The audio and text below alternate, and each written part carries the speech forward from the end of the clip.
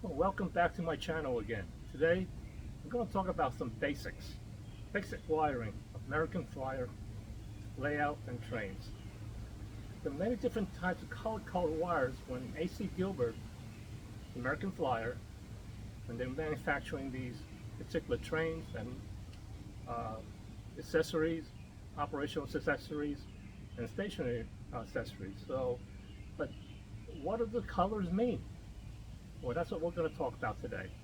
And we're going to talk a little bit about which wire is hooked up to where and how the wires are hooked up to the transformers.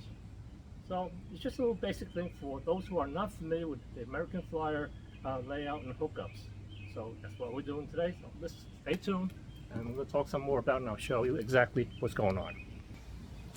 In order to make heads or tails out of all these wirings, the train layout is not an easy thing to do. It can't be very complicated or it can be very simple.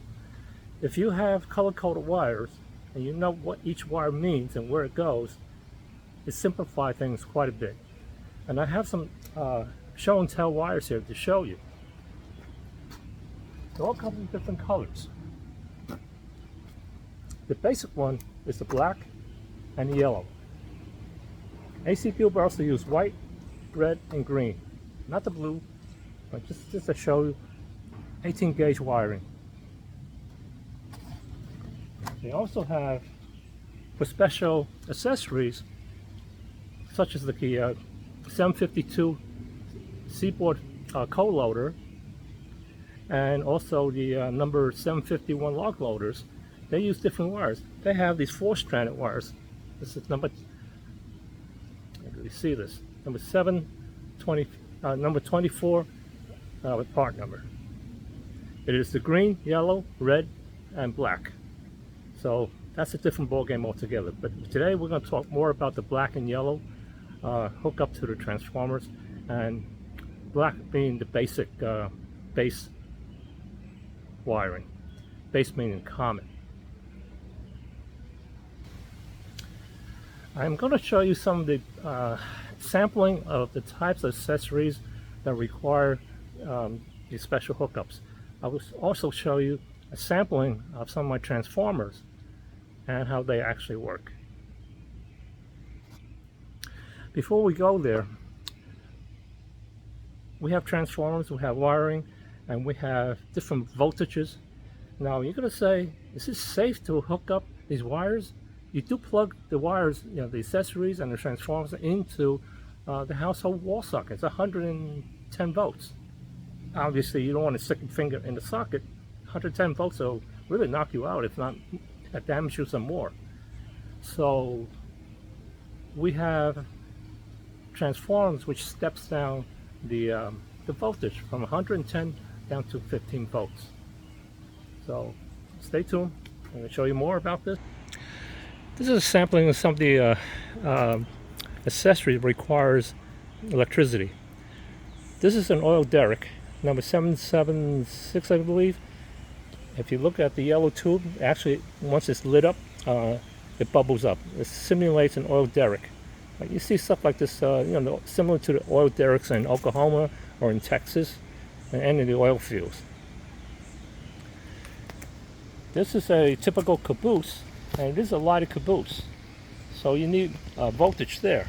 And you could tell there's a light socket in the bottom, and you see the brass wheels. That's the pickup for the electricity from the 2-rail system. This is American Flyer 2-rail system, and here's the 2 rails. This is a 1946 Hudson. Again, it has the pickup on the rear tender wheels. So it doesn't matter which kind of tracks you use, whether it be American Flyer or the old gauge tracks, which have 3 rails. But if I touch these rails, do I get electrocuted like this if I touch it? No, you don't, because the voltage has been stepped down to like maximum 15 volts. The household current again is 110 volts. If you go to Europe, it's probably 220, which is even more. But in the United States, and I believe maybe in Canada, it's and maybe Mexico too, 110 volts. Of course, the wires all come in different colors, and you have your choice of what to use, or you just follow the standard protocol, the American Flyer standard. Ordinarily, what's recommended by American Flyer or AC Gilbert is that the black wire is the base wire, is the common wire. The yellow is the one that's attached to the actual voltage, either the 15 volt fixed or 7 to 15 variable voltage. And I'll explain a little more how this occurs with the transformers. So just remember, usually black and yellow is the very basic ones.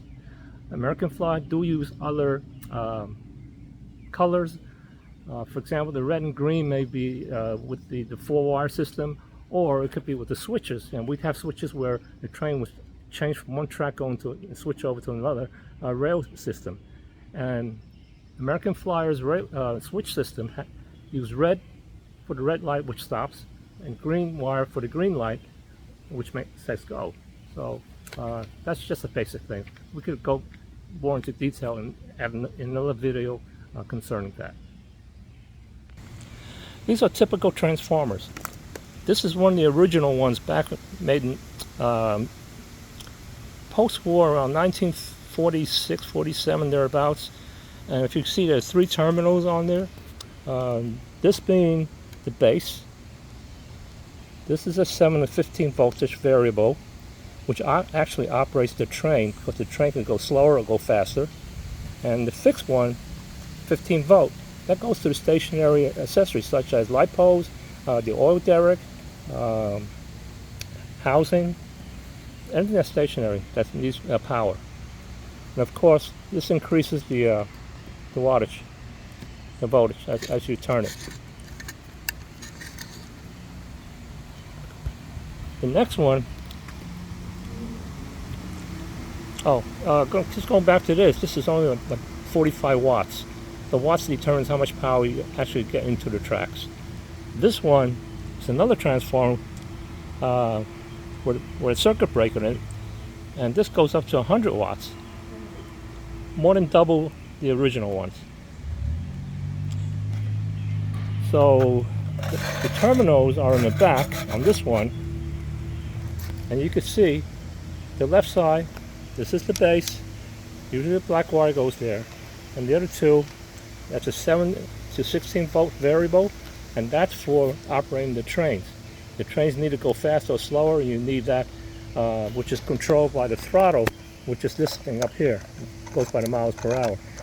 It says, and then you have the fixed voltage terminal, and that's for your accessories, the fixed accessories.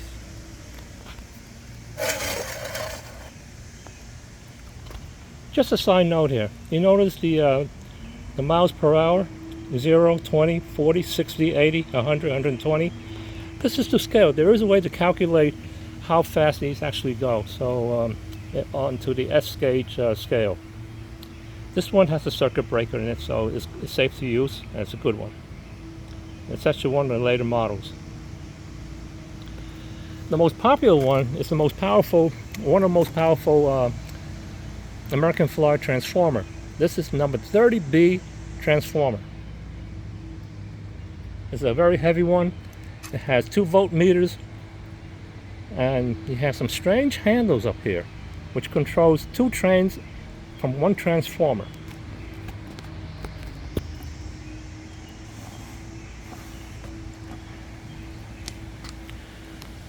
This one also has light indicators.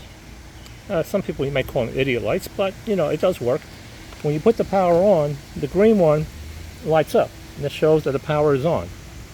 The 2 red ones on the left and right is one for each of the throttles.